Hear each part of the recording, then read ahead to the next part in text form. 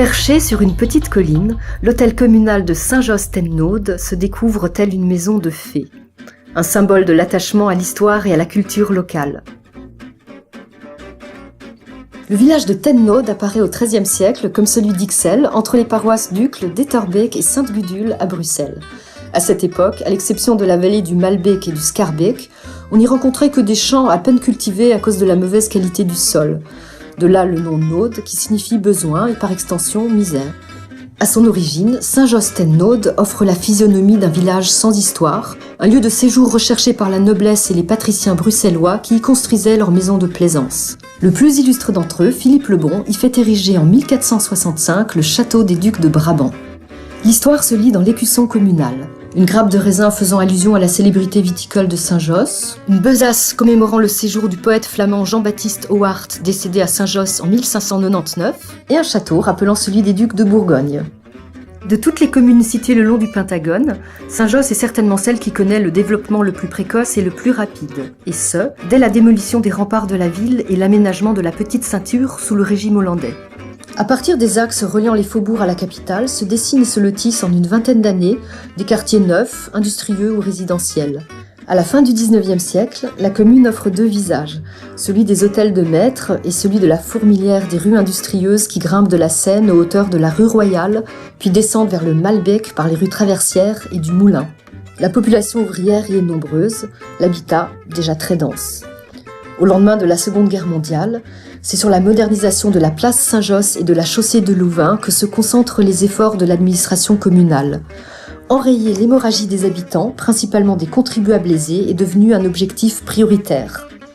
À la fin des années 50, la commune a résolument pris le parti d'élever ses constructions en hauteur.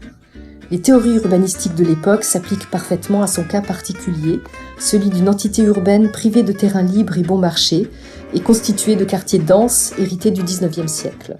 En 1960, encerclée et traversée par des axes routiers en continuel développement, il semble à la commune que, si elle ne veut pas subsister comme un simple lieu de transit, refuge des populations défavorisées venues occuper ces anciens quartiers, elle doit se transformer radicalement ou mourir.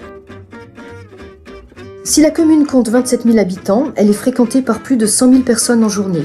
Couvrant une superficie d'environ 1 km², c'est la plus petite des 19 communes, mais aussi la plus densément peuplée. La Commission européenne a décidé de s'y installer avec plus de 8000 fonctionnaires qui ont un impact sur la vie commerciale locale.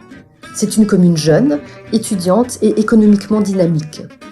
155 nationalités, 60 langues, Saint-Josse, c'est aussi un maillage social dense, bien plus important qu'il n'y paraît, qui prouve son efficacité.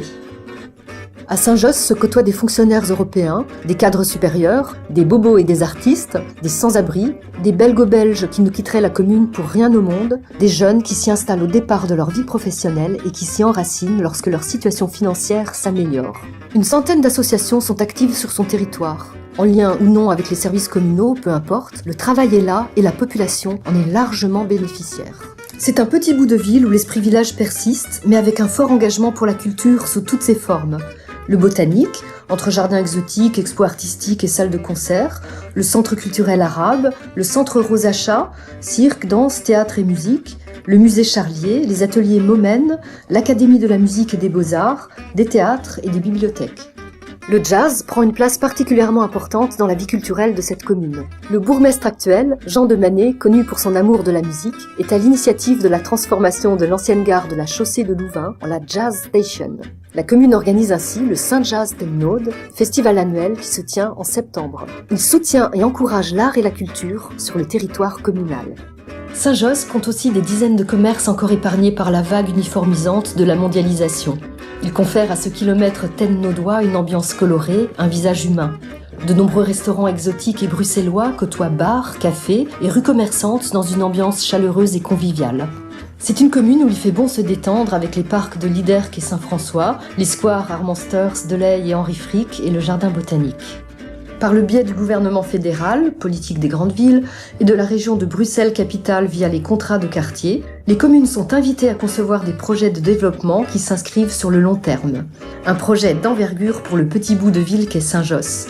Un projet aux multiples facettes qui a l'ambition de donner un visage attirant et qui mêle contraintes urbanistiques, cohésion sociale, travaux publics et dynamique culturelle. Saint-Josse est une terre d'accueil où toutes sortes de populations différentes se côtoient. Elle se veut conviviale et dynamique et entend garder son esprit villageois. Une sorte de carrefour européen, voire du monde, où les habitants se sentent bien et se serrent les coudes, formant une véritable communauté urbaine partageant les mêmes buts et les mêmes aspirations.